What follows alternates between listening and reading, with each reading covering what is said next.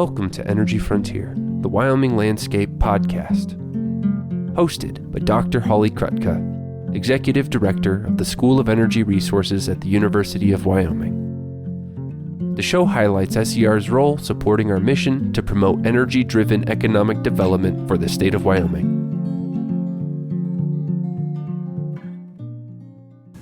Welcome back, listeners. As many of you know, if you listen to this podcast regularly, the School of Energy Resources at the University of Wyoming offers an undergraduate degree called Energy Resource Management and Development that has two concentrations. One is Energy and Environmental Systems, and the other is Professional Land Management. And today, we have a really special guest to talk about the land profession and land man in general, and also about our academic program. So let's start with introduction. So Nancy, thank you for being here. Why don't you introduce yourself and talk about your role, both your professional background and your role with the American Association of Professional Landmen. Sure. My name is Nancy McCaskell. I'm currently AAPL president, and that will end on June 30th of this year. Historically, I started out as a field landman. I ran title, I bought oil and gas leases, and in about 1984, somebody asked me to run some due diligence for them, and we ended up buying 3 companies out of bankruptcy, and at the age of 26, I was a vice president of land. I thought that was a pretty big deal. I was smart enough, but I wasn't equipped with any leadership qualities at all. So I stayed with them. That was at Chapman Energy, which became Coda Energy. I left for a while and taught high school English, creative writing, philosophy, and humanities. I enjoyed that. I missed oil and gas. I got back into it, worked for JW Operating, and then went to work for Encana Oil and Gas. And just a few years ago, I decided to rehang my shingle, and I'm a consulting company, Mason Burrow Energy, LLC. Great. So a lot of our listeners are familiar with the role of the landman, but for those who aren't, can you talk about what is that profession? What does that mean? Yeah, so the role of a landman for a lot of folks seems more complicated than it is, but we have field landmen, we have in-house landmen. Field landmen run titles, settle surface damages, make deals with landowners. In-house landmen predominantly run assets of corporations and companies. But at the end of the day, the thing that I think is really important about all landmen and land departments is I think we're the great communicators. Engineers and geologists are very skilled at what they do, but we're the ones who communicate with people. We're the first face most people see when a new project kicks off. Great. And then also, the American Association of Professional Landmen. Can you tell us, or otherwise known as AAPL, tell us about how it supports the energy industry and landmen across the country, and kind of what's the overall role of the organization? Yeah, I think from my own perspective, and education is at the core of all of it, and of what we do, and our ethics is the heart of what we do. AAPL's mission is to promote the highest standards and ethics of performance for all land professionals and to encourage sound stewardship of all energy and mineral resources. That's a big order. That's a tall order. It means that we need to be ethical and honest in our behavior with people in the field, with landowners, with communities. We try to make a positive difference and communicate what's happening in their area. It's really well said. And I should say we're recording this today at our 2025 Professional Landman Rocky Mountain Conference. And we started off the day with a great panel on ethics. And I think that's a really good point that ethics is so important. And I think one of the great quotes from today was already, good ethics is contagious. Yeah, that was great. It was great. Yeah. So really appreciate you bringing that up. And I think we can talk about it more. But the other thing that you've talked about, that I've heard you talk about, is the role of the landman. It's not, it historically was an oil and gas profession, or at least looked that way. Talk about it today. I mean, energy is so diverse. Talk about, and it actually is broader than energy even. So can you talk about how the profession's expanded? Yeah, I think it's so exciting. So one of the things that AAPL is looking at is, number one, how many landmen are there who are not members of AAPL?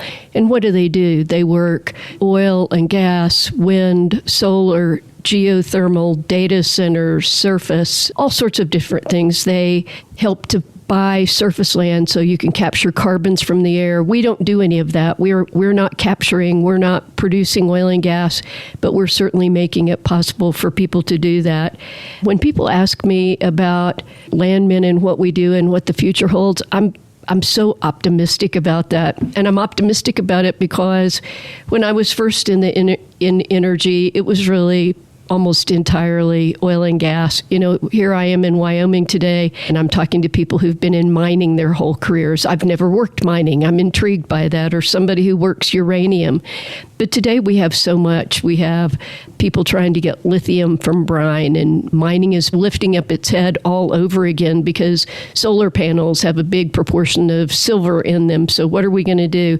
But I think the same skills are required in whatever area of energy that we're working in. Landmen still need to run title. They still need to make deals. They still need to communicate with landowners. So my own personal perspective about it is, wow, I think it's much broader, and I'm very excited about it. Exactly. It's funny because I came to the School of Energy Resources largely for at least with more knowledge about the technical research that happens.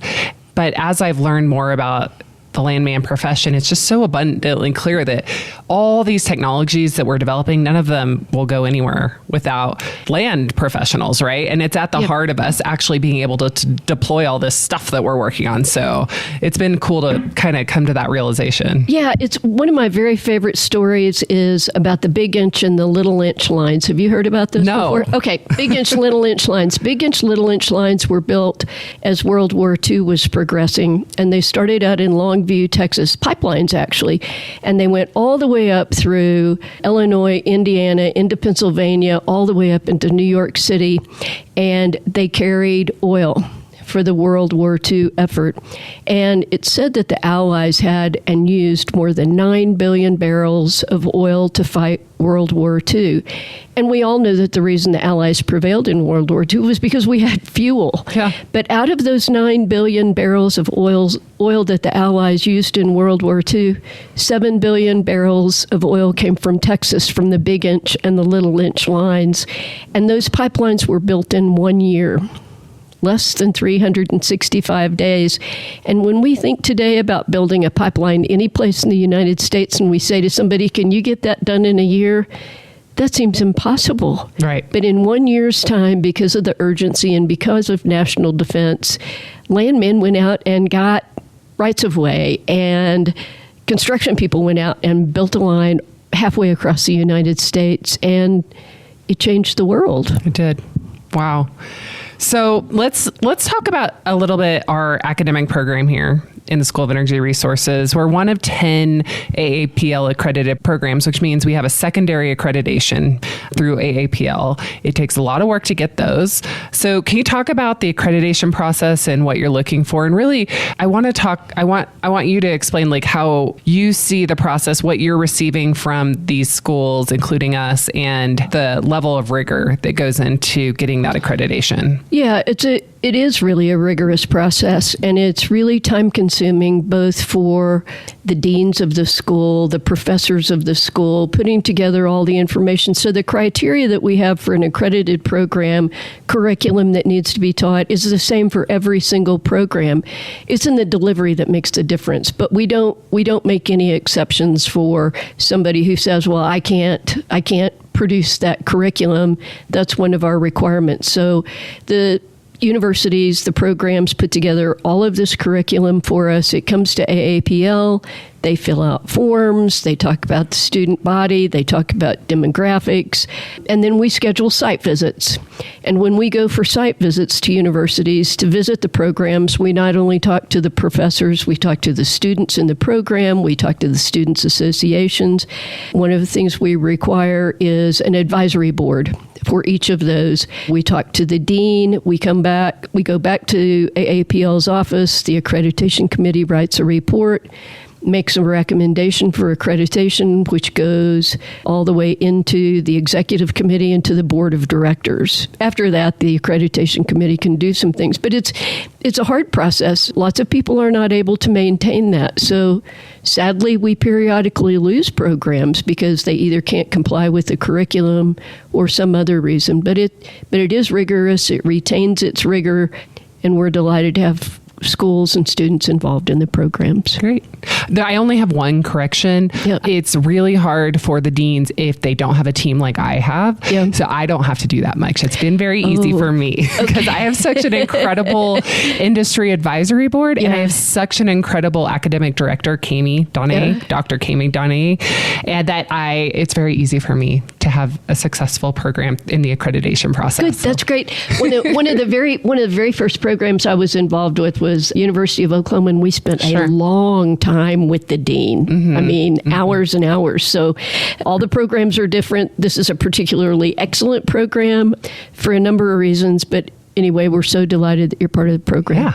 Yeah. And just so I don't know if you know, I am actually an alum of the University of Oklahoma, but in chemical engineering. Oh, really? But it does seem like University of Wyoming has a pretty great Landman program. So yeah, they've got a really great Landman program. As I said earlier in the day to somebody, it's one of those things that they were the University of Wyoming accredited program, School of Energy Resources, was one of the first to stretch out and say, we need to make certain that we examine alternative fuels and be able to have conversations with people. That was 5 or 6 years ago, maybe longer. That was much more difficult to have then than it is now. But we need all the energy we can get. And so to be a front runner in all of that, that's remarkable for the University of Wyoming. And can you talk about why should someone, considering what degree program they're going to go into in college, why should they consider one of these accredited programs, and maybe if self-serving, specifically ours here at the University of Wyoming? Yeah, I think so. So I have to always confess that my degrees are in English. I'm not a PLM graduate. And the thing I had going for me is that I can read and do a lot of research. But I didn't have a big background in geology or engineering, none whatsoever. And so I had to learn all that from scratch. And what I think are accredited programs, and particularly at the University of Wyoming, where I know the School of Energy Resources takes students out to see wells that are being drilled, looks at wells that are being fracked. You go out to the courthouses. They get to do all sorts of other internships. That's important. For those of us who started from scratch, when I look at it and say, wow, how great that would have been for me to have, one, known that existed, to have been able to get a good basic legal background, understand of geology, engineering, all those different things would have really given me a leg up. And I think it makes a difference. Sure. Yeah, I think you hit on two really important points. One is the interdisciplinary nature of our program. So if you were to choose to pursue a degree with the School of Energy Resources and a concentration in professional land management, you are actually taking classes all over the University of Wyoming. So College of Business, College of Engineering and Physical Sciences, like they're at Hobb School of Environment and Natural Resources. There's just a lot of different areas where you get to learn from all these different colleges. And I think that can be valuable to students in the long term because they're having a really broad education, and energy there's always new things happening, but you're getting those fundamental skills that are really holistic. And so I obviously didn't have that experience myself, but I think there's so much value, and I see our students coming out really well-rounded. But also the other thing that you pointed to is maybe because it's Wyoming and because we work so closely with the industry sector at the School of Energy Resources, our students do get to go visit these sites. And it's funny because we get really positive feedback from the students. And I think I took it for granted. I started reading student evaluations of those trips, and they were so incredibly positive. And I think when you've been in the energy industry for a while, you take for granted how much you can learn just by seeing something in the real world. Yeah. So it's actually a very high priority for us to continue those what we call experiential learning opportunities for our students. Well, and I think it's great. today in one of the panels, we had a young man who's doing mergers and acquisitions, says, I'm not doing land work anymore, graduated University of Wyoming.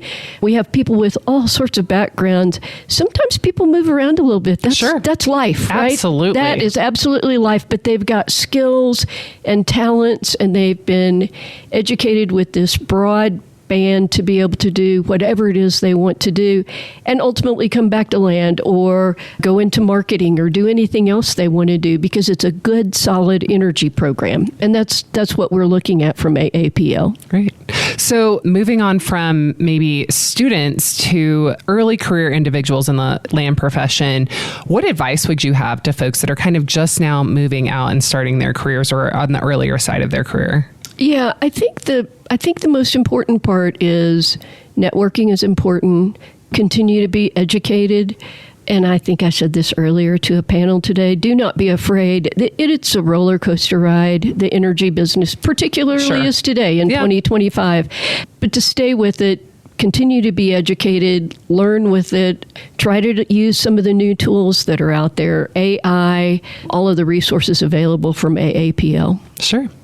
So much of the energy sector, SER's work, but really the energy sector broadly is impacted by state and federal policy. We're always keeping tabs on what's happening in Wyoming, what's happening in the region, what's happening at the federal and even maybe international level to some degree. And I know AAPL does the same and spends a lot of its time and effort tracking and advocating for landmen and the energy sector. Can you talk about any recent legislation at any level that AAPL monitored or kind of publicly voiced support or opposition? Yeah, so there's always all sorts of legislation going on. Someone talked today about Texas and the Texas legislature really not being very crazy about wind and solar, but we're the third largest producer of wind and solar in the world.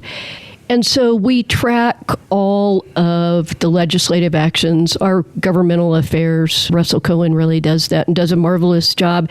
The interesting thing sometimes that we have people ask us who are members is they ask us to lobby. Mm-hmm. They ask us to lobby for something. And if it doesn't directly impact the land profession, we're not actually going to do that. So maybe if it's a licensing issue or an issue about somebody being authorized as a landman to be a contractor, we'll go headlong into it and work on that, but we're not generally lobbyists. And historically, we've kind of done some of that, and we've taken a little hit back from our members because you can't be all things to all people. Sure, that makes sense.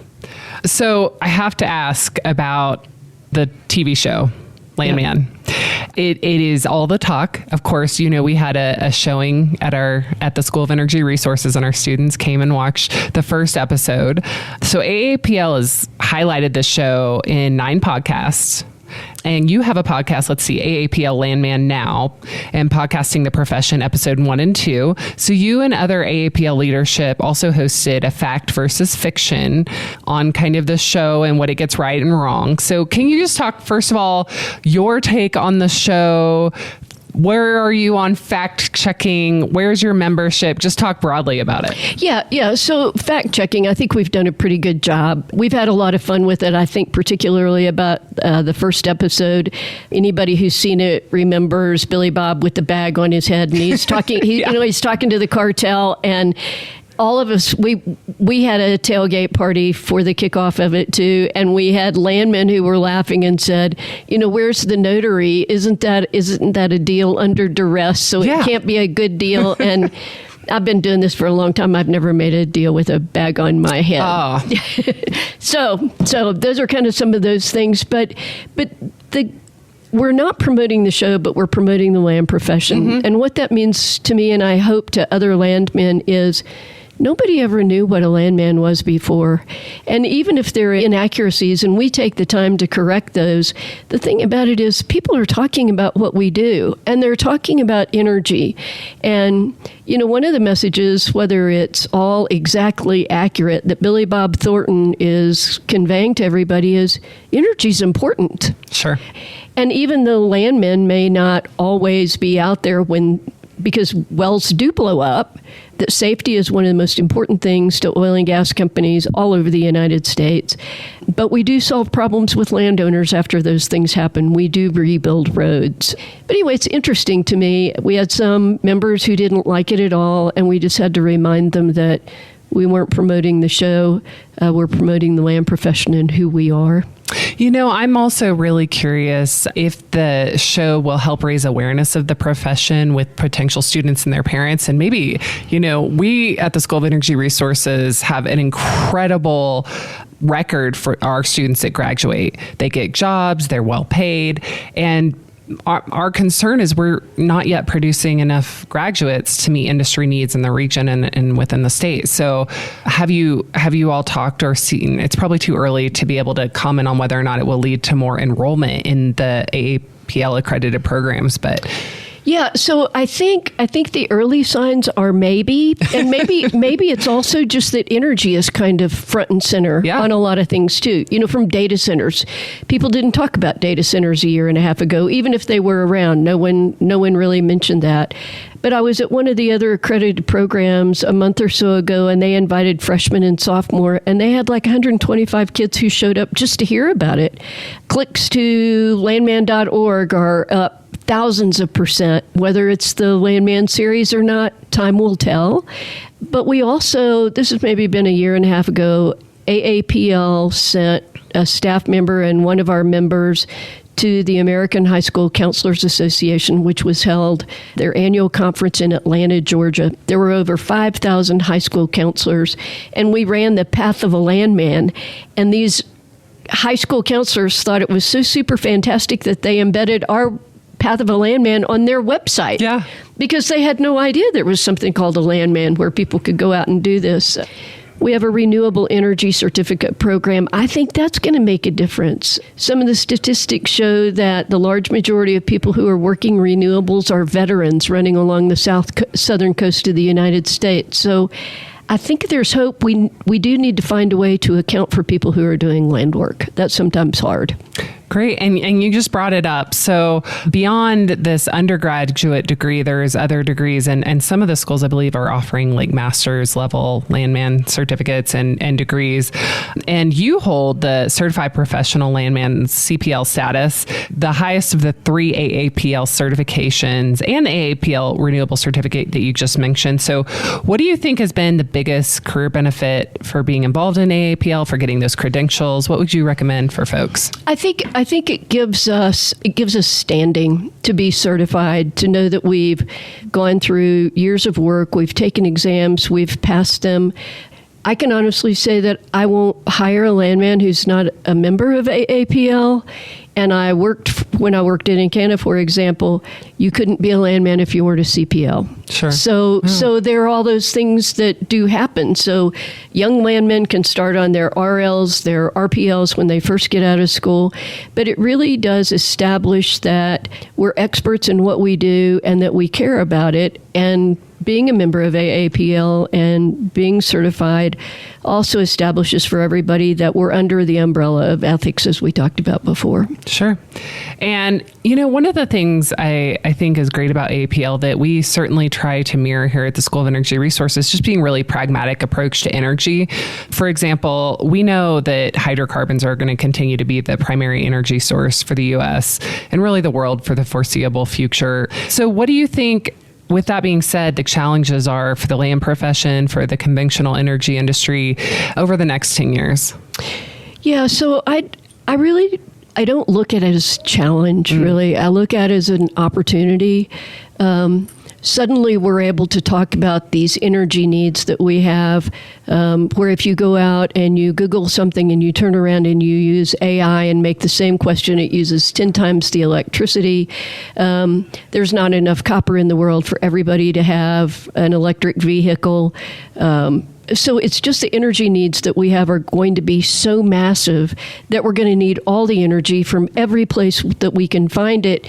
And if fossil fuels still remain the predominant fuel for us, that's okay, but it can't do it by itself. And I think that's what I hear CEOs and experts in oil and gas and energy companies say is that's not enough. We need it from someplace else. So hopefully those will be jobs for land people in the land profession. Sure.